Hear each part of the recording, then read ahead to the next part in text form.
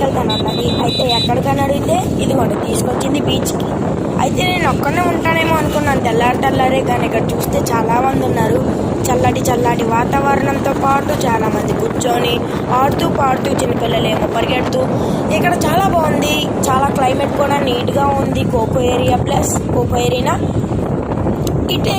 అటు ఇటు చూస్తుంటే సడన్గా విక్టోరియా సీ కనబడింది. అందుకే మీకు అలా చూపించాను. క్లైమేట్ చూసారా పైన ఎలాగుందో. అలాగే బీచ్ వైబ్స్ బాగా ఉంది. చాలాసేపు కూర్చొని మాట్లాడి ఆడుకున్నాము. అలాగే ఇప్పుడు జెన్ పార్క్కి వెళ్ళాము. ఈ జెన్ పార్క్లో చాలా బాగుంది. మన సంపత్ వినాయక్ టెంపుల్ దగ్గర ఉంటుంది. చాలా నీట్గా ఉంది.